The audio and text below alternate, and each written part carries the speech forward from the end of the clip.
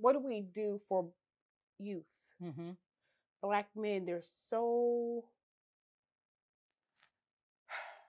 I wasn't one of the mothers with two sons that said, I don't need a man to raise my boys. I Mm-hmm. just wasn't one of them. Right? Right. Oh. I needed I grew up with sisters. Yeah. Right. I didn't know nothing about raising boys, how Mm-hmm. they act, what they do, what they're faced with. So but there are too many young men out there that have no male role models. Mm-hmm. Right? But even the people that want to mentor, they're overwhelmed. Yeah. Right? There's a principal at E.E. Smith. He's mentoring young black males. His wife called him up one day and said, "Sir, you got 3 boys at this house. I need you at this house to come mentor the three, The three you have. the three you have." Mm-hmm. But there's just not enough to go around. And as a community, I don't know what we do. This one's for all of our speakers, thought leaders, and influencers. I'm Bro Troy, and if you're a speaker, influencer, or thought leader and you don't have a video brand, you are leaving money on the table. All event planners and those that are looking for hosts and facilitators, they don't just want to hear you, they want to see you in action. Your presence, your energy, and your ability to command a room. That's why a strong speaker reel, high quality event footage, and consistent short form content are non-negotiable. Your video brand is your digital resume. It proves your authority before you even step on stage. See, we help speakers build that brand with clean reels, dynamic storytelling, and content that gets you booked. If you're ready to level up your speaker career, reach out to Broco TV Productions today and let us build your video brand one piece of high quality content at a time. In life, some battles choose you. Some test your faith, some test your strength, and some reveal the true power of purpose. This is Chemo GLOW. The glow does not define me, I define the glow. Today's conversation is about resilience in its truest form. Our guest is a woman who has served her country in uniform, stood strong through personal battles, and now serves her community with unwavering conviction. A veteran, a leader, a breast cancer thriver, and a voice for the people. From serving in the United States Air Force to standing at the Pentagon during one of the most defining moments in American history, to fighting for health, equity, and opportunity right here in North Carolina. Her journey is one of faith, fight, and the future. This is more than a conversation. It's a reminder that strength is built in the storms we survive. Please welcome North Carolina State Senator Val Applewhite. All right, welcome to Chemo GLOW. Guys, I have been in this lovely lady's home, goodness, for about 2 hours now. And you're going to talk about Chemo GLOW. I want to thank you, Senator Val Applewhite, for allowing us to come in and just sitting and talking and having a real conversation. Now, I have a bunch of notes here. Right. Yeah, but you know, it's a free flowing. So look, thank you for welcoming Yes. me into your world and what you do for so many women and for the cause of breast cancer. It's so much more than that. So I'm honored to have you here in my home. Thank you for coming. Thank you. Well, we're going to talk about resilience. We're going to talk about purpose, but to be in Senator Val Applewhite's home. I know a lot of people don't know that I'm from Fayetteville. Born and raised. Born and raised. Born You and know raised. people. I know some folks, and that's how I got in front of you. But one of the things I want to start with, let's keep it easy at first. Let's get some icebreakers out there. Okay, let's do it. People can get to know you. Okay. So, okay. what are the things that you live by? What's a mantra for you? Wow. I kind of live with passion. Okay. You know, things that I'm passionate about are easy for me to do. It has to make sense. And I say, pick the things that wake you up in the morning and you really want to go after. So, you know, that's a overall feeling that I go by, but it's community, being a voice for people. You know, I grew up in New York City, right? And a lot of people don't know, when I grew up, I stuttered. I never spoke outside my house. My sister spoke for me, right? Oh, wow. Yeah. If I wanted ice cream, she was like, she takes sprinkles, but she don't talk, right? But I remember one day my mother said to me, your sister and I won't always be here, so you've got to learn how to use your voice. So that is what I have done for others, people that are afraid to speak or can't speak or don't have the means or resources. I'm passionate about that. I know for me, anything that I do well, I am passionate about. Now, you talk about community. Tell me a little bit about community and what that looks like for you. Because when we say community, that's very broad. So, what does your community here in Fayetteville, North Carolina, looks like? Yeah, it's everyone's a part. It's not a racial thing. It's not a political thing. I think that collectively we're only as good as we are collectively, not individually, right? So whether it's economics, whether it's healthcare, whether it's education, it's the whole, the greater good. I'm a poli-sci person. There's a concept called the greater good. So the greater good for the most of us in our community is what it's about. So I'm passionate about young people. I'm kind of like an old lady now. I get now. I am passionate about young people as well. The world that we have, that we're living in. How do we prepare them to be the next generation that leads us? So community is old and young, black and white. All of it. All of it. It's the sum total. Sum total. Now, you talk about being a leader, right? Right. What are some things that you had to unlearn? Because, when you start out, you think you're leading something, and sometimes you lead yourself right into a brick wall. Right in there. Right into it. So Right. what's some things that you had to unlearn to become the leader that you are right now? Because I thought I knew it all. Really being able to step back and recognizing that I can't do it all on my own. Like for Black women, for women in general, we like to think that we can do everything on our own. I didn't like to ask for help, right? Because, I got this. Yeah. But one of the things I had to learn is that it's unfair to myself to try to do it all, right? So I had to learn how to ask for help. Also, not to keep my own counsel, because you can walk around thinking, yeah, I studied out. That's right. That's what I'm going to do. And it makes sense to you, right?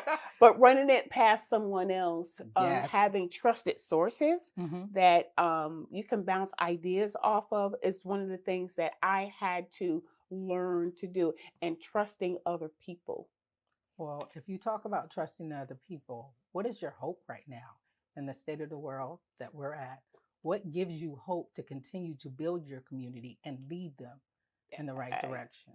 If you're asking me for some sunshiny answer right now, I don't have a sunshiny answer. I am concerned about a lot of things, politically, socially, economically. We are in some challenging times, but what I am hopeful of is that we have history behind us, that if we come together, we've got to navigate some very dangerous waters right now that we're in.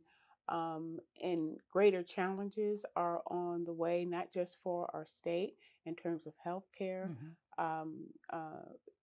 food equity, but also our country, right? So what I am hopeful is that people look beyond their individual circumstance and see what's really happening in the world, because it does trickle down.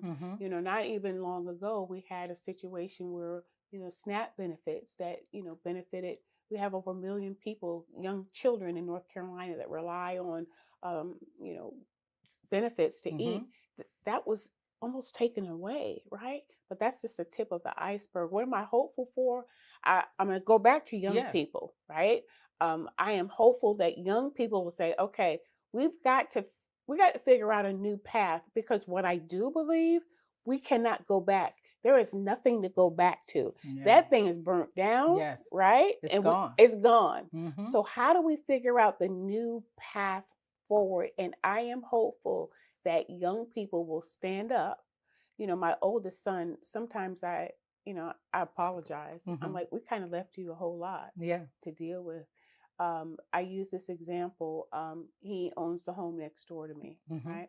In one generation, I paid like $85,000 for this house years ago, right? He bought the home next door to me, and he paid 250,000 Mm-hmm. in one generation.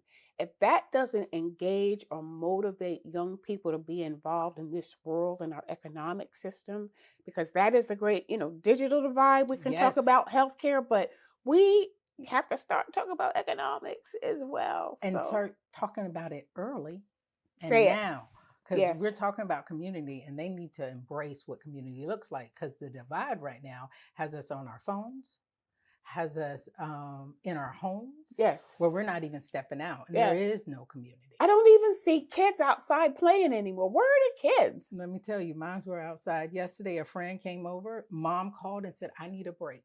Mm-hmm. Can we just come over? And I said, well, I'm going to be cleaning and doing, because I got to go to Senator Val Applewhite's house tomorrow. You don't be telling people you're going to Senator.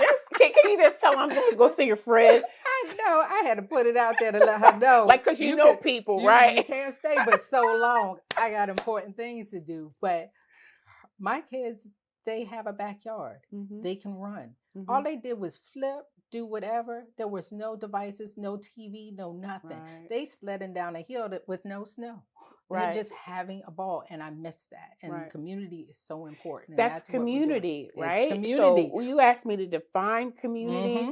but there's so many like devices and things that take.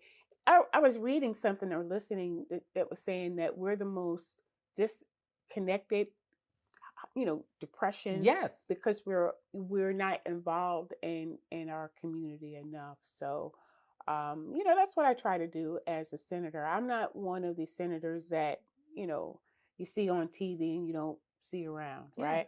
I'm in the grocery store with a baseball cap on. Look, I go in the grocery store, my face is not done, and I'm like, Lord, I hope I don't see nobody out here today with me just looking right. But I'm just like a regular person. You'll see me pumping my gas at a school event, Mm-hmm. at a sports event. Because I think what's important as an elected official, there's only 50 senators in this entire state. 50. I'm one of 50. I'm the first Black woman to ever represent Cumberland County in the North Carolina Senate. I'm the first one. And when I have young people visit me in my office, I have this big leather cushy Mm-hmm. chair. One of the things I do is I have each of them sit in that chair. I let them sit in my chair, Mm-hmm. and I talk about two things: the responsibility and the power of that seat, Mm-hmm. right?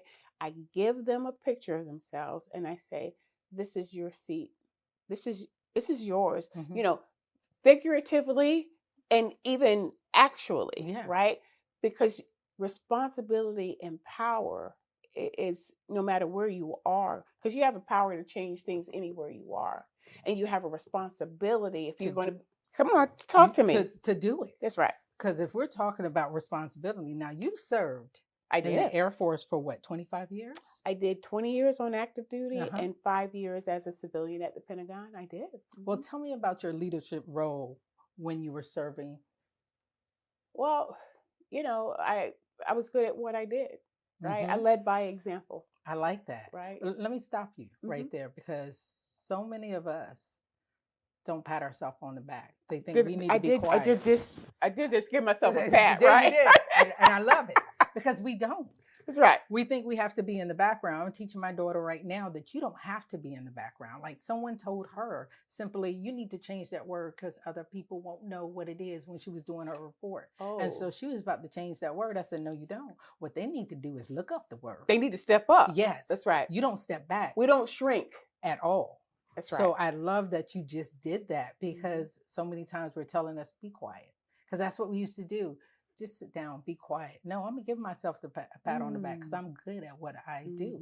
And you having that leadership role, how many people were Black when you were leading? See, that was all the more reason I had to be good at what I did. And I really was. I had a specialty. Yes. And, I was on the front line. Mhm. People were watching, and I knew that, younger people were watching me as well. So I led with excellence, and core values of the Air Force are service before self, excellence, and integrity in all that you do. And I live that. I live by example. We're not going to take any shortcuts here. There's too much on the line, too much at risk. That's not just in the military. It's in our daily lives. There's too much on the line to go about things willy-nilly. We've got to be real serious about things. So that was my leadership style in the military. And you're right. I was in intelligence and communications, and there were very few Black people, never mind Black women. And just like politics, it's a very patriarchal system. Yes. Men dominate the space, right? So I had to, at a very early part, now remember, I was that same kid that never spoke. Yeah. So I found myself in an environment where, back in the 70s, I came in the military in 1979, and this whole sexual harassment and stuff, they just thought you could do like whatever. And I wasn't about whatever. I was like, don't put your hands on me. Exactly. Don't talk to me that way, right? So I had to learn at a very early age in the military, you got to stand up for yourself. You better speak up. People gonna run over you, right? So I try to impart that to other women in the military, right? And even in politics now, being a Black woman, if you know anything about my politics, I don't have no problem with speaking up. Yeah. Because I'm going to say the thing that needs to be said. I'm going to speak truth to power, because that's just how we're going to do things. But with that comes, you know what I'm getting ready to say. Go ahead. You say it. You say it. Okay. I'm going back up and say, when I asked you, was there anything off limits? And you said, no, ma'am. There ain't nothing off limits. I'm an open book. Listen. I'm going to say, I said what I said. I said what I said. I said what I said. And I'm always respectful, but I said what I said. And if you have a problem with it, every other November at the ballot, you can go ahead and address that issue. But right here, right now, I said what I said. In this space. And I owe you an explanation, because you're a constituent. I owe you, this is why I think this way, and this is what I did. But if at that point you still don't agree, I'm like, well, we're going to agree to disagree. In this moment. In a November from now, just go ahead and do what you need to do at the ballot. Show up. Because if I'm going to show up, I need you to show up. Show up and act out a little bit. That's what I'm talking about. We need to act out a whole lot. We need to act out a whole lot. So you're about to go somewhere else now. Before we go there, okay. Can I hold that one right hold there? That we one. can put a pin in We're that. We're going to put a pin in it. All right. Because you talk about leadership. Yes, ma'am. You were at the Pentagon. Yes. On 9/11. I was at the Pentagon on 9/11. For years, I was not able to even speak about that, right? The short story is very near impact. I worked for the Air Force Pentagon Communications Agency. Beautiful September morning. I got a call from my then husband that said, hey, did you hear about what happened in New York? Well, I worked in a very secure environment. In the military, we call it a skiff. You can't hear outside. You're isolated, right? It's a very classified environment. And he said, did you hear about New York? The last thing I said to him, because I never like getting calls at work. It's better be emergency. You sound like my husband. Right? They pay me to work, and I'm going to work. I can't get on the phone with you. You know what I do in the Pentagon? Yes. And so when he called, I'm like, okay, I'm in the Pentagon. Worry about you. I'm in the safest place that you could be. Yes. And minutes later, right? So I was there. We evacuated. We recovered. We went right back to work. And, it was shortly after that is when I found out I had breast cancer. And when we're talking about breast cancer, how did that experience shape the way you were walking into just the next day? Because shortly after that, you were diagnosed with breast cancer. But this big thing had just happened. It had just happened. Yeah. So walking into that, and that day that you were going, like it was a sunny day on September 11th. Oh yeah, it was beautiful. It was beautiful. I had a blue suit on with red thin pinstripes on with black pumps and a white shirt, because I had a meeting outside of the building, and that was I didn't have a lot of clothes, but when I was trying to do business, Yeah. I wore the blue suit with the red pinstripe with the white shirt. Because that meant business. Because I was about to do something, Yes. right? So I had it on that day. I remember that clearly because I was cute. Yes. But I remember it's a beautiful morning, and by the time we got out of that scenario, I had to, there's protocols that I had to do to evacuate my team out. We made sure everyone got home. And when I got home that evening, I watched the TV, and you could see New York, and then you could see the Pentagon glowing. And it was interesting, when we went outside, I didn't realize how close we were to impact. And Jeff Bunzy, said, they called me Miss A. Miss A, we looked at the building and the smoke. He was like, that's our office right there. And from the outside, it looked like our office was on fire. Wow. Right? So we were very close to, when the plane hit, I mean, we felt it. Wow. Right? Ceiling tiles went up. There was the whole thing. But when I got home that night, it didn't seem real. Right? And I like sat there all night, like, okay, like this has got to be a movie. Like, this is not really happening. And you were inside, and think about the people who are outside looking at what's happening, and your family, your community, the people who care about you, and they're seeing it in a whole different time. Like the timestamp is different to them, but you're inside dealing with that and having to leave that situation. And then here's another nice sunny day. You're on your way to your doctor's office. It's something about sunny days in DC. Don't trust them, right? If you get a sunny day in DC, something might be wrong. Something might be wrong. So tell me what happened that day, the next sunny day, when you thought it was just a regular old day. You just going and enjoying your day. Yeah. And so tell me how it was when you were first diagnosed. Well, I want to tell you a little bit before that, right? Because when I retired right here at Pope Air Force Base, when you get out of the military, you get your final checkup and everything. So I had a mammogram. It was clear. We're good. So I go to DC. And my mom had passed away years before. And whenever I'm like really crazy, she comes to me in my dreams. I don't care what anybody says, that my mama show up when her daughter is going through it, right? And she came to me in my dream.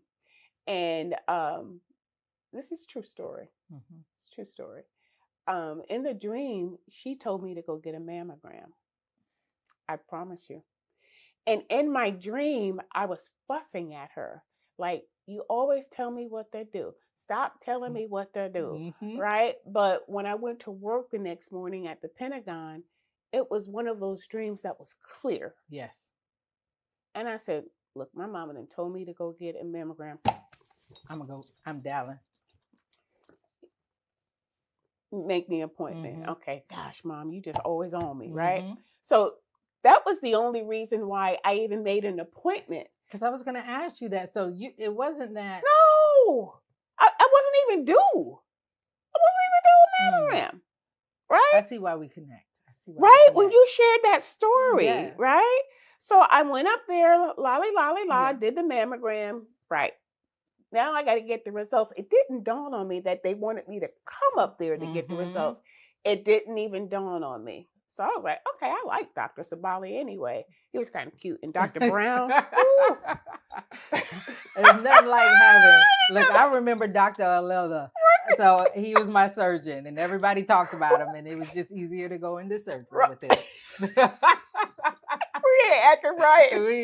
We're not acting right. Just easy to go into surgery. So when they called you back, because here they're calling you, now you might get it in your chart or you might just get a phone call. No, they told me to come up. I left Pentagon early, jumped on the yellow line to the red line, if anybody knows about DC, right? And hit Bethesda Naval was my primary care place. So, beautiful day. I was like, good, zippity-doo-dah. I'm going to go in here, get these results. I'm going to get on back, go get the kids from whatever and have a good day. So I walked in there and everybody was just like, hi, Miss Applewhite. Hush tones. Yeah, I was like, Hi. Hey, how are you today? I'm like, good. What's wrong with these people today? Let's see, it's a beautiful sunshiny day, right? Went in there and, a bunch of people in the room. And it still didn't dawn on me. I'm just like, I'm clueless. And, Dr. Sabali says all of this medical stuff that I literally turned around and looked around the room and said, Are y'all talking to me? who are you talking to? Who you talking to like that? Because it's not me. Watch your mouth. Watch your mouth. Talking about somebody got breast cancer. Was it this lady right here? Because I don't know her. Because you're not talking to me. And when you heard those words, you have cancer. And then it dawns on you, you're like, no, ma'am, we talking to you. You are the one. What was your next step? Did you advocate for more care? Did you say, look, I need a second opinion? I said, listen, NIH is across the street. The National Institute of Health. Listen, I don't know what y'all doing over here, but I'm going to need to go to NIH. Because see, they know what they're doing over there. And the doctor said, okay, we already sent your lab, ma'am. Here you go. Just all the receipts that we have, and anything else you need? Because here's your radiologist, here's your nutritionist, here's your social worker, here's your this person, and now we're getting ready to go. You're going to go downstairs. I was like, no, I got to come back tomorrow. He said, no, you don't. Because you know how they have to do that mold of have to do the mold. What was your treatment? Well, I did a lumpectomy. I did 6 weeks of radiation, and then the mega booster radiation. The one they said that is a sunburn. My breasts look like this. Exactly. I don't know what sunburn you talking about, because it showed burnt me from the top to the bottom to the back. Yes. No, seriously. Yeah. That's what they said. Sunburn. And your skin is peeling off and all of this. So I did the 6 weeks radiation, the booster radiation, and I didn't have to do the full chemo like you did. I did 5 years of tamoxifen. And that tamoxifen, any side effects from that? Oh, everything. Everything. It was all of the things. Early menopause and other medical procedures that we had to go through. And, when you shared your story, I was reminded of the radiation was too much. So I decided I wasn't going to go. Sure, man. That's not going. About 3 or 4 days passed, and Dr. Sabali calls me at the house. He says, hey, I hear you haven't been showing up. Because people don't realize it's every day. It's every day. Monday through Friday. Every day. You spend more time parking your car, going to the place than you are on that table. But mentally, it's every day. And you already had this whole team of folks that told you what you were going to do. Yes. And you feel like you have no control. That's right. You're a leader. That's right. You stand out and you stand up. That's and right. Here you are. I'm going to go ahead and sit this one out for a minute. That's right. And then he calls you and says what? Where are you? I was like, well, see, what had happened was he said, listen, Ms. Applewhite, it happens all the time. I knew you were going to do this. Because you've had enough of right about now. I was like, yeah, I really have. He said, well, I need you back in here tomorrow. He said, you're going to be fine. You have the best health care possible. Let me take care of you. And I showed up the next day. Side note, at Bethesda Naval is where a lot of the soldiers came from Afghanistan. I think we were going through Afghanistan, and they would be out on the quarterdeck, naval terms for the front portion of the hospital, where you got beautiful sunlight in the morning. So every morning I would take the train in. It was the same military people out there, trauma to their heads, missing limbs, and they were all out there getting sunshine and talking. And I would bring them the newspaper from the train. So they were out there waiting for the newspaper, and we would chit chat. And look at your community. The community with the sunshine, and you were coming. Mhm. And look at that community. And like you said, you were chit-chat. We chit chat every morning. Mm. Hey guys, what's going on? So the days that I didn't show up, Mm-hmm. when I came back 3 days later, there was one gentleman who he had head trauma because his head was wrapped. And he looked at me, he said, where you been? Mm. We don't realize when we're showing up for other people. We just think we're just going through a routine. And somebody's looking for us. Somebody's missing us. He said, where you been? Now, when he said that to me, all of a sudden I was like, so I'm up here getting a little bit of radiation and I'm over here acting like I can't do this. Literally, this whole side of this man's head had been traumatized. And he's like, I'm here. Like, I'm here. We could do this. That was the last day I saw him. And I think he just went to another hospital, another facility. But you needed to hear that. He was waiting for me there. He said, you haven't been here for 2 or 3 days. Where you been? Like, we're not going to feel sorry for ourselves here today. We're not, because if I'm not feeling sorry. You're not going to feel sorry. Let me tell you, side note to that one. When I went to my mammogram and I had to go get we was doing our second opinion, my husband sitting right beside me. Across the hall was the cancer center for the children. And he said the only thing that would be worse if our kids had to go through that. So you go ahead and walk through them doors. Because he used to tell me, you can have a moment, but you can't live there. Come on. You cannot live there. And that's what was happening. I was having that moment. He said, recognize that moment, but know when you're showing up for somebody else. And through that, going through breast cancer, going through what you've already been through, you still decided to be a leader. And you still decided to go into politics. Girl, I'm crazy, right? Man, you decided to be in public service. Right? Through politics for your next assignment. People ask me, what led you to go into politics? I ran from politics. I had no interest in politics, but after I left, so I wrapped up DC. The hours were too long. My kids were babies. I decided to leave DC and come back to this house here in Fayetteville. Up there, I would leave the house 5, 6 o'clock in the morning and come home 7 o'clock at night. I never saw my kids. They wouldn't even let their dad give them a bath, feed them, or read a story. They're like, you don't know how to do it. You don't read right. You don't cook right. And you don't give baths right. So when mom gets home at 9 o'clock, that's when we're going to do all of it. That's when we're going to do it. So I was like exhausted. So I picked the family up and I came back here. So nothing had changed in Fayetteville or what I thought. No progress had been made. And I just said, what in the world? And that's how I decided a few people approached me initially to run. I was like, I don't want to do that. But, leadership is leadership. You step in where there's a void, right? And if you think you can do better, if you want to, I talked about being a voice, using your voice and advocacy, because so many people don't know how to advocate for themselves, right? But see, I told you when I was younger, I didn't speak a lot, but once I got the hang of it, it was done. Right? I would get the notes. She won't stop talking.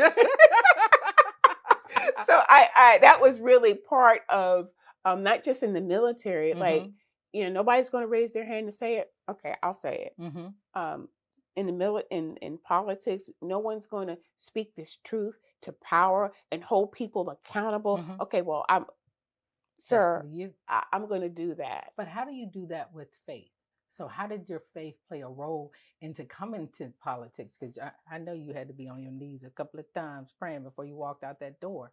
Because you're coming back to Fayetteville and you're saying you don't see a change, right? Because, our zip code determines. Say it. Outcomes. Yes, ma'am. All right. And your zip code, where you live at right now, is a different zip code from Ramsey Street. Yes, ma'am. From Southview. Yes, ma'am. And I'm naming the high schools: Westover, E. Smith, Douglasburg. Yeah. How did your faith bring you forward to even jump into this arena? I prayed. I was like, Lord, I don't want to do this. Like literally. when everything was lining up, I was like, Lord, please tell me to go sit down somewhere. It was lining up for you, Oh, right? I was trying to find everything reason not to run. And it was like, you know, much is given. This is your time now. You have a story that I'm not done with Yeah. yet. And I didn't know where I was going with that. But I was like, okay, but I'm gonna let you know I don't want to do this. Just like you didn't want to do radiation and I finish that. get up, we're gonna do this. We're gonna do this. And to piggyback back to radiation, yes, with women, what would you say about that when you don't want to get up and you don't want to do, even with politics, being a leader? What would you say about to someone who is diagnosed and now they're hearing all these things, they have this team, they have all these things going on, and it's a right now type of situation, but we always want to put it off. And you're talking about politics, you're talking about your zip code, you're talking about the different hospitals that you go to. That's why you're like, no, give me a second. And they were like, here you go. But some people don't even get a second. They don't even know there's a second.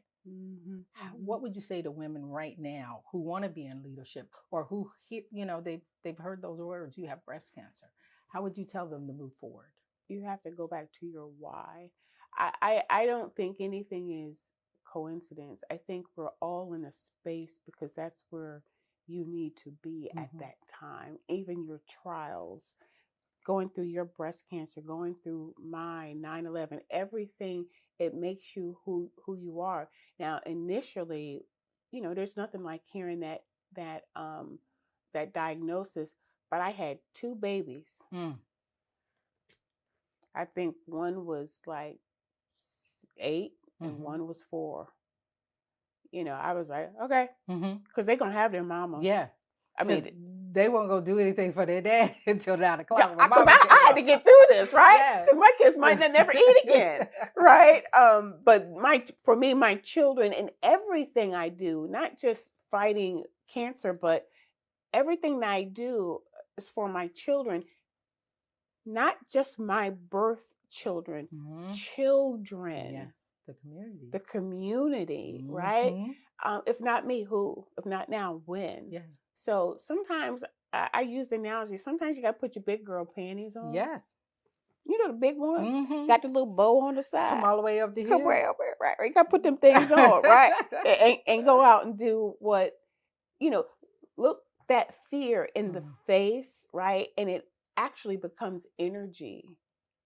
It becomes energy, right? To move forward. So that propelled me into, I'm the kind of person, once I make a decision, the hard part is making the decision. And once the decision is made, we're firing on all cylinders. We're going to go ahead and get this done now. I'm committed to it, right? Excellence, integrity.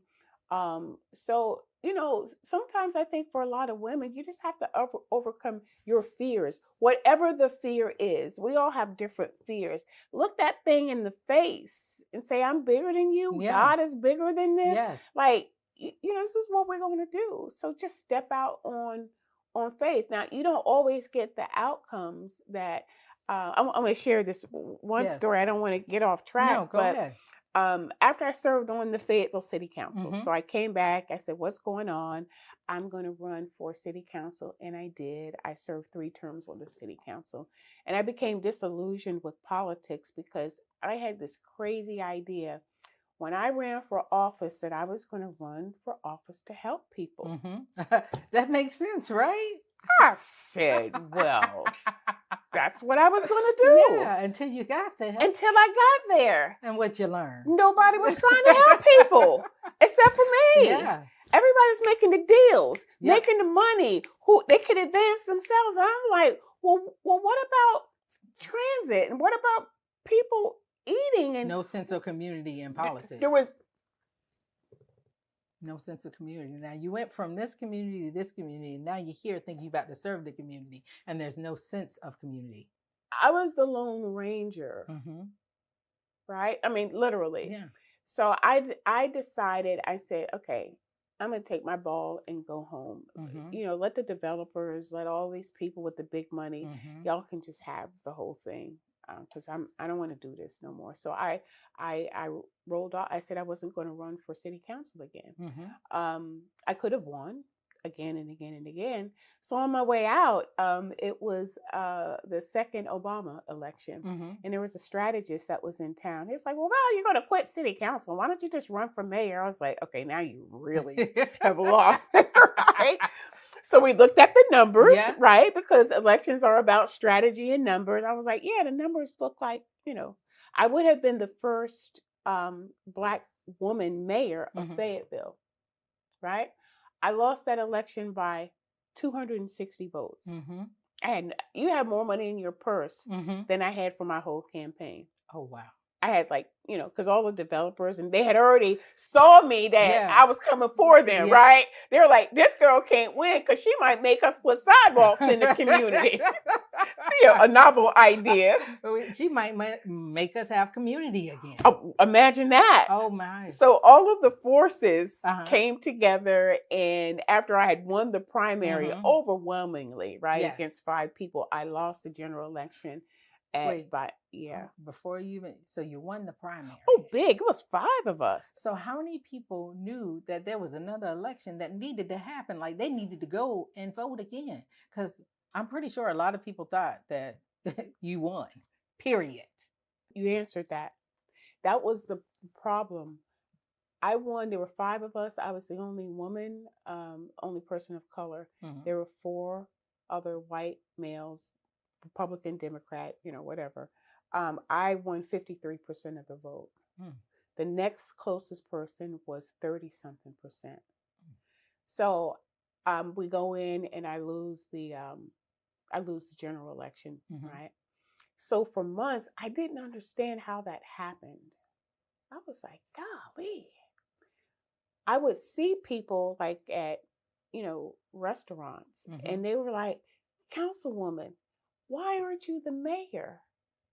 I'm like, well, I kind of didn't win. It's this voting thing that goes on. And people started saying, but you did win.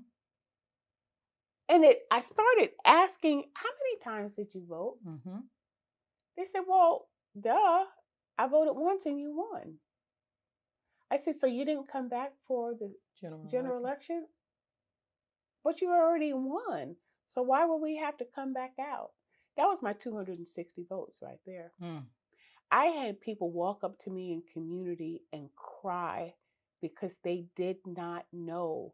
All they had to do was come out again, and they didn't know it. I would have blown it out. I didn't know that they didn't know, because I would have been in the primary saying, okay, girl, come on back out in November. I'm going to need you. I need you to, reminding them, right? Yeah. And knowing your why. Like, why didn't you win? And now you have a new thing that you're going to be working on. Yeah. And it's your why, because we're talking about, we got to educate people. Yeah. They don't even know that there is another general election. Right. So one of the things that you've been working on, and I'm definitely going to push I got to finish this story. Go ahead. See, because that's how we do. We're just going to be talking all day. So this is the lesson. Yes. So I lost the general election for mayor, right? Yep. So now here in my house, there's like a little circle, and I have my, I like coffee cups. So that was my prayer time. Yeah. So I had my coffee cup in the morning. I'd walk my little circle, and I'm like, Lord, you got me out here. I'm out here running for mayor, because remember, you told me to run for mayor. Now I'm out here and I lost. Like, Lord, please, I already told you I didn't want to do it, right? So I'm paraphrasing this, but it was like what I got back from him was like, hold on, Missy. That no is. I told you to run. I never told you was gonna win. No, don't call me out. I told you were the one that was measuring the windows in the mayor's office. You always you already knew your pants. I told you to run. You tell me where I said you was gonna win. Tell me. I was like, well, kind of didn't. Okay, so go sit down, and I'll call you back when I need you. Fast forward, I was not the first Black mayor of Fayetteville. I am the first Black state senator. What? And you want to know why I call you Senator Val Come on now. Applewhite. Come on, say it again. Yes, Senator Val Applewhite. Come on, right? Because Yes. God gave that to me, right? He did. So it wasn't delayed. Yes. That was a path, that loss that I had to go through. You know, I had to pick my little face up off the floor. You know, put it all back together. I'm like, okay. So I did nonprofit work, but seriously, that was a test. It's like a testimony. And so when the opportunity came to run for state senate again, I was like, here we go again, Lord. I really don't want to do this again. Don't make me do this again. And here I am. So where I had my sights here, I wanted to be not that I wanted to be, I would have been proud to be the first Black woman mayor. Lord God said, baby, that is not so. Let your hand, let that loose, because I got something else for you. Now, I know you're rolling your eyes and got a little bit of attitude right now, but just stay with me. And years later, look where you're. And tell me what you're doing, Senator Val Applewhite. What are you doing? What are you seeing? Because when you came back to Fayetteville, you seen not much had changed. Right. Whatever, and what we mean by that, people are still running in the circles that they're running in. Right. All right. So what is on your platform right now? And what are you working on? What's passionate about you? Right. So, like we talked about the politics of it all, in the General Assembly right now, there's a supermajority. Republicans have the supermajority in the Senate. That means there's 30 Republican senators and 20 Democratic senators. So the initiatives that we put forward are hard to pass. They won't pass. So we spend a lot of our time making very harmful legislation less harmful, right? And it's something similar in the House that's going on. So to go back to your other point, my focus now is to educate community about how government works, because we don't understand that. My master's degree is in political science, and one of the papers that I did for Black, Brown, young people, you don't get that in the school system unless you're in AP courses. You may get a little American history, but people don't know the branches of government.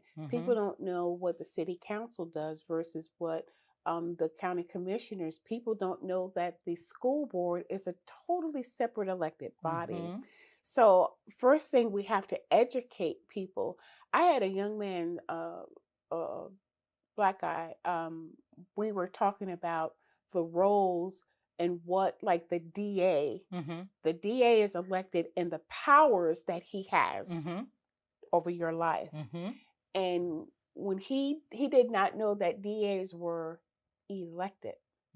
He'd come from Detroit and he said, well, so my friends who got all of this hard time, like, you know, jail, all of these sentences, he said, so if we would have been voting, that DA that been locking us all up, we could have got him out. And I said, baby, yeah. That's just like me vote. calling you. I called you. I had already done my homework. I said, but some of these look sunshiny and a little glossed over. Yes, ma'am. And you told me to continue to do your homework, but talking to you, talking it out, understanding that this one's elected, this one does this one does that. Because I might know, I might be well informed, but having to bounce that off of someone who is in it. Yes. And however I made my decision, I was able to at least. I just want to inform you. Yes. Right. Inform me. And I appreciate that, because I was going to go early election vote. Right. But there were so many people who were like, there's an early election. It's complicated. I mean, and it's by design. This whole political system is meant to be complicated. And what I recognize is that you have a life. People are busy doing their own thing. They got kids. They got to get to work. They got to, so many responsibilities. I do this every day, all day. I eat this. I wake up with it. I go to sleep with it. I'm studying behind the curtain. I don't expect for you to know all of that. So what I intend to do, you were alluding to a podcast Yes. that I'm going to stand up here shortly. And, the whole goal is to take this complicated political jargon that, like, sometimes I don't even understand and say, okay, listen, the big beautiful bill, HR1. Let me tell you what that did. Okay, y'all heard about the big beautiful bill? Well, what the big beautiful bill did is it cut your Medicaid. It will cut your access to health care, and it will cut your access to SNAP benefits, and it will do X, Y, and Z to your life, right? So I'm gonna be like the translator. What's those two men? They called Peel and something. They used to translate for President Obama. What is this? I know what you're talking Keenan about. or Peel. Yeah. Right. So I want to be that person that says when they're like blah blah blah blah blah blah. I'm saying, so what they said is what they really said is and what you need to know, and what you need to know, still do your homework, Yeah, and I love that you were like, this person, read up on it. No, and because I was educating myself on what the field actually looked like, I could have a conversation with you, and I didn't feel like it was done down. I am so honored when people reach out to me, and I don't want to tell you who to vote for, right? Absolutely. But if you just don't know, I ain't gonna have you make them. I ain't gonna have you do nothing crazy. I'm like, okay, girl, we don't have time for all of that. You voting for Mary and John and Rakeem. That's who we doing today, right? But if you have the time, I want to say, well, okay, I want you, if you get a minute, look up their voting record. And what's important to you. So gun control and education. Well, Miss Mary, she voted for school vouchers that it will take like $7 billion out of public schools in North Carolina in the next 10 years. Okay, so you need to know, do you have children that are in public school? I mean, have that kind of conversation, right? Do you know that, I'm going to give you a real life example. Okay. Hear about the big, beautiful bill out of Washington. It's actually called HR1. When we hear about SNAP benefits, which is, listen, I would tell people growing up in New York, I was on food stamps. So no, I wasn't on food stamps. I was way back. I'm telling on myself now.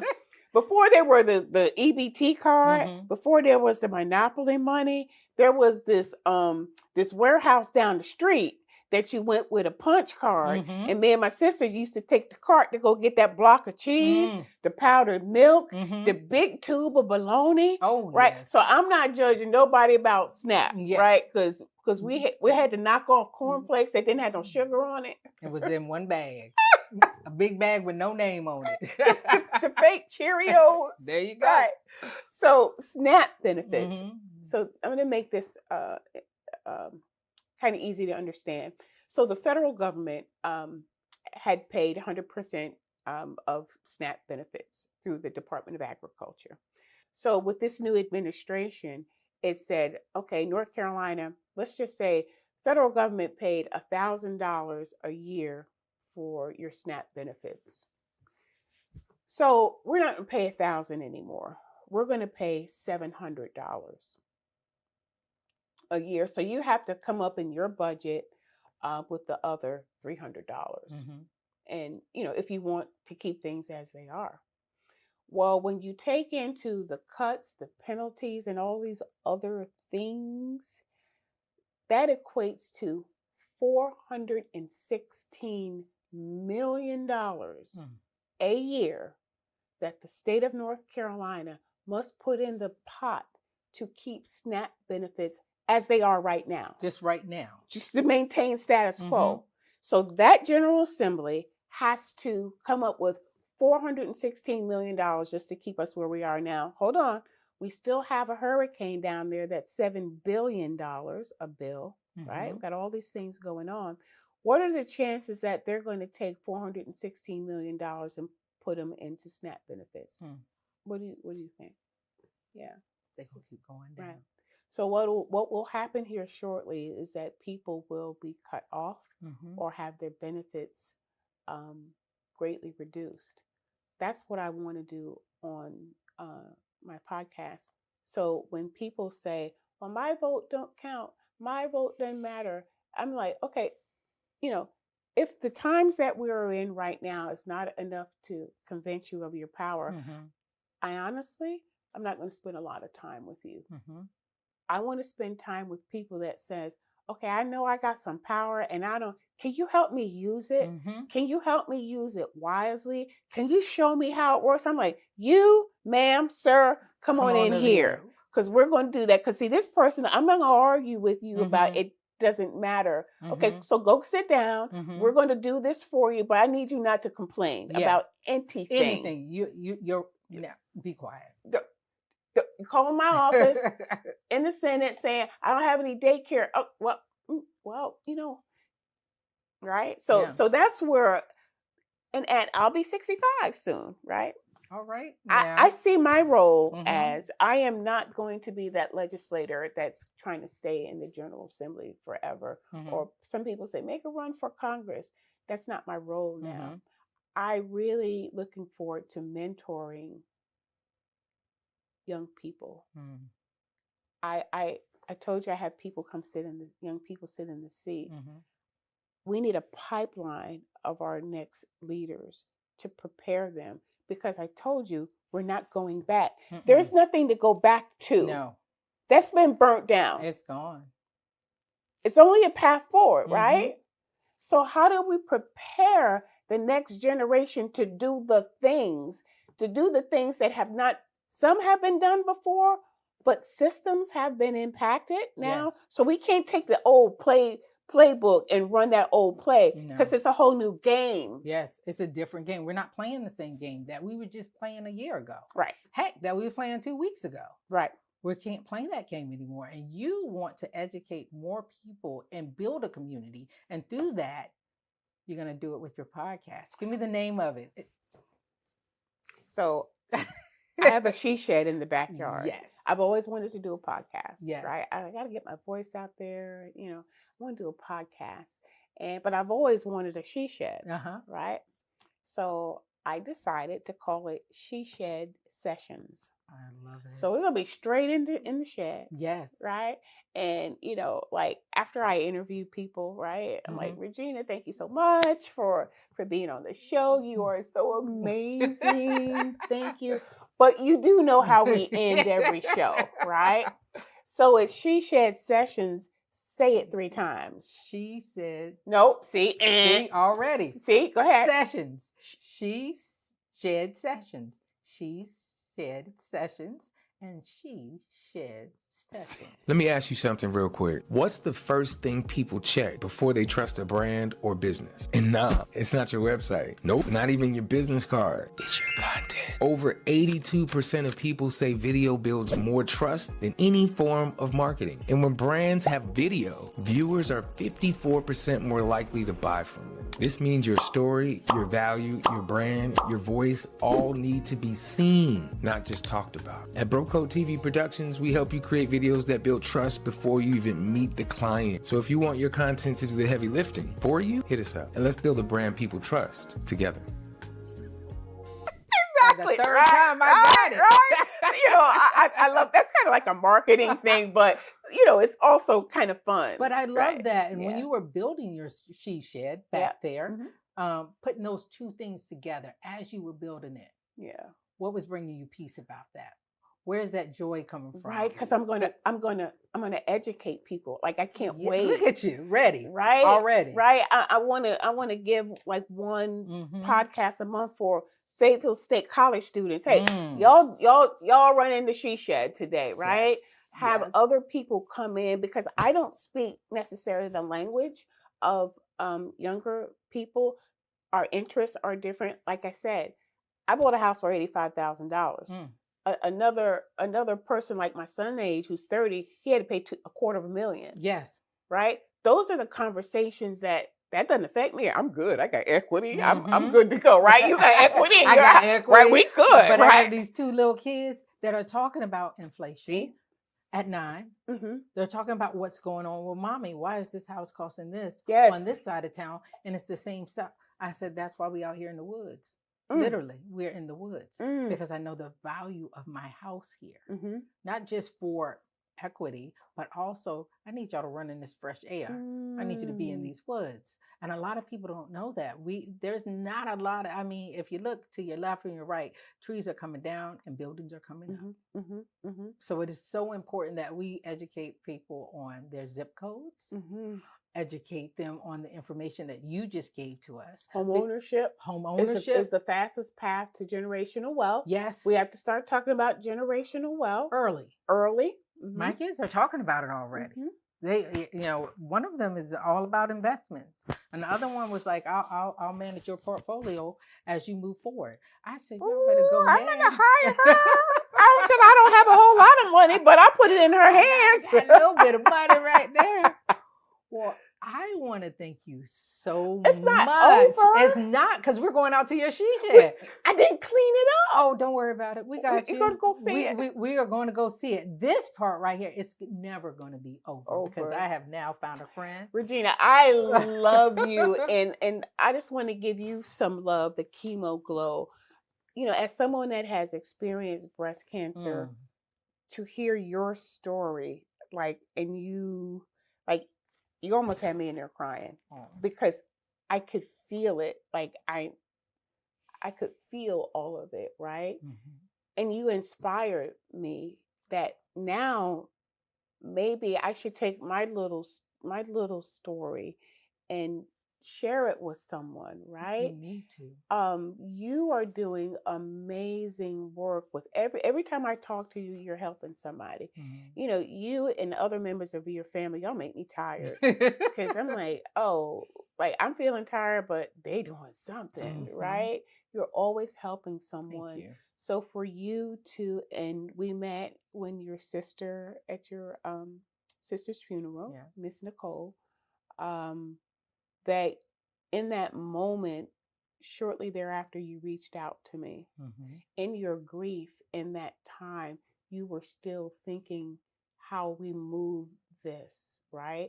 And every conversation that we have had has been just lovely. Mm-hmm. I am inspired. I don't always make things about race, but to see there's so many challenges Black women have, and I know your family's history, mm-hmm. but sis, you making mama and daddy proud. Thank you. You are doing the thing. Your daughters have such a role model to look up to. You are bold and you are unapologetic about who you are, but with the sincerity and the kindness that just glows. Thank you so much. So and that's why I say it's more than a tagline. When I say the glow doesn't define me, I define the glow. Yes. There's purpose in that. Yes. I am defining my glow in ways that I didn't even think I was going to be able to do. Because anytime I get a phone call, guess what? You moving. I'm picking it up. I'm going. And then I don't realize how many times I've stepped into somebody else's glow. And I've seen yours in one of the darkest moments. And I have not done a podcast since then. I spoke about my sister and said I was going to step away. But even seeing you stand up and speak, and then Miss Tracy from American Cancer Society come right behind, I said, there's purpose here. And I can't go back. Nicole is gone. But how am I going to move forward in her honor? But you know what? Nicole brought us all together. All together. What? Tearing up. Right? All the speeches, because my family there. can talk. I love them all, right? But no, seriously. Yeah, she brought us all together. If it were not for, because I was coming. Yeah. Right? Because your brother Terry and I go way, way back. I'm being there. Yeah. And it was that moment Nicole brought us, together, right? So we're going to get all our makeup out to get, right? I love you, sis. Thank you for coming to my home. And I think we'll have future opportunities to collaborate. And we're going to go out and see that she shed. And remember, guys. Say it 3 times. Start it off and I'm going to say She Shed Sessions. We're going to go see that She Shed Sessions here in a moment. But please remember to come back and see us, because the glow doesn't define me. I define the glow. See you soon. They don't want to deal with that. Yeah. Don't talk about nothing around there, because ain't nobody going to be doing nothing to them to get no prostate. But we have got to save lives. There's a young man that's a comedian in Charlotte that talks about that, and that was part of. He had prostate cancer, and he uses comedy to draw men in, and he asks women to bring your significant other. Yes. Right? Because men might say, "No, I'm not going to do it," but you say, "Baby, look, come on, we going." Date We're going to night. go here and do it. Date night. Yeah. Oh my God. Date night to get a prostate. We got to do what we got to do to get them out here. And then go to dinner afterwards, right? And now we need to talk. So I want to, my brother-in-law, he recently passed away. Part of his original journey was with prostate cancer, and everything just, went bad from there. But just like with breast cancer, certain communities tend to be diagnosed later at a later stage, lack of access to health care. And that is a real thing in our community. We can expect, I don't always want it to be doom and gloom, but what we expect to happen when people lose access to, say, Medicaid, you see morbidities like, high blood pressure, diabetes, lack of access to screening. There are real implications to that. So, I just want to use this as an avenue to connect politics to healthcare, to connect politics to education, to how you live, how you feel, because there's such a disassociation. Politics is power. Hard stop. That is the only way that you can make changes, right? And sometimes it feels like younger people, they don't want to hear about, the struggle and we fought for the right to vote. Okay, so maybe that is not your message. Maybe that's not your messaging. But baby, if your child can't go to school, if you can't find a job, if you cannot buy a house, let's connect that to your politics, right? Okay, you don't care about the struggle, but you got a real struggle on your hands right now. Yes. There's struggle on your hands. So that's what I want to be able to do here in this space. And when I'm not inviting people here, I might be in here watching a little movie, or just maybe sleeping. Yes. Or reading a book. And talking to you on the phone. Yes, because I am now. Gina, what you doing? Oh, you can call me Gina. Gina, right? Girl, I'm out here in the shed. What you doing? Who you helping today, right? Because I know you're helping someone. So you're like the first one to see it. And I am proud of this. When you get to see something from a concept, just a thought, to actually sitting in here and investing, because it wasn't cheap, but it's something that was important to do. And when I'm long out of politics, right? I will be in She Shed, still engaging people. In your She Shed sessions. She Shed, say it 3 times. She Shed sessions. She Shed sessions. And then you know what happens after you do that? Stay there. And then you know what happens? When you say it 3 times, then you get a coffee. Oh my goodness. I love coffee and I love coffee mugs. I want to thank you so much. I have one more thing for you. What do you have for me? Where did I put my paper down? Here it is. Right here. So now, again, we talked about how we met. Yes. Right? Yes. And how we met was at my sister's funeral, Nicole. Yeah. And because of that, I knew that I needed to speak with you. But my sister, my twin sister, who I'm going to bring in here real quick, go ahead and step into the She Shed. No, I want both of y'all to be seated because this is about y'all now. So you come sit over here, sweetie, and you have a seat right here. And I actually have go ahead and give me this. Here you go. I actually have 2 copies of this. So okay, what is going on? Your brother Terry and I have been friends forever. I don't even know how long ago we met, and I've like followed your family. I know just like the best stories about you all growing up, but I know that Nicole, you were the caregiver, and how much y'all loved up on Nicole. You know, and I've had a time or two to, you know, be around her. Um, you know, and Terry, you know, I knew when she got sick and was praying for you. And Terry was keeping me posted like every day because I was part of the family. Because I need to know when I woke up in the morning what was going on with Nicole.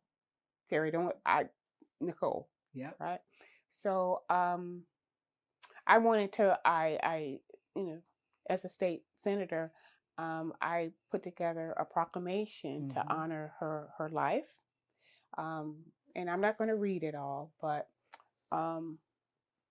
it's a proclamation. The state of North Carolina, the 19th Senatorial District of the North Carolina General Assembly. I honored the life legacy of Miss Nicole Niecy Michelle Johnson. And I'm not going to read all of this, but it just talks about the amazing life.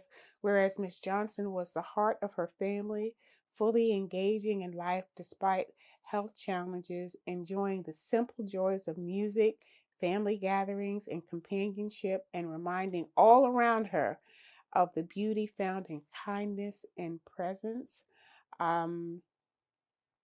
So at the end of it says, now therefore be it resolved that Senate District 19 of the state of North Carolina hereby honors the life and enduring legacy of Miss Nicole Niecy Michelle Johnson and extends its deepest sympathies to her family, recognizing the extraordinary love and dedication with which they cared for her and the joy she returned in abundance.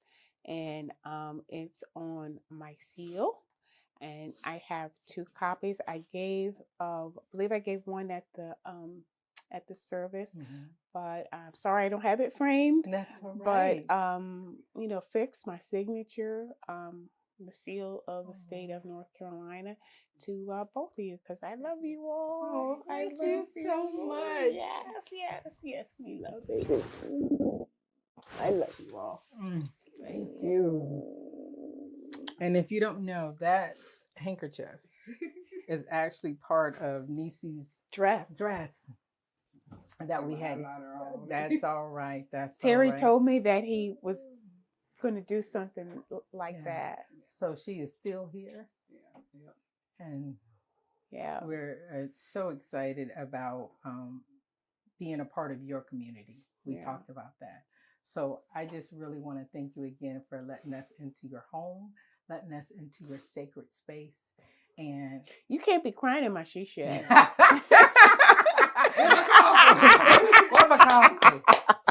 And until next time, remember, guys, that the glow doesn't define me. I define the glow. What is your glow?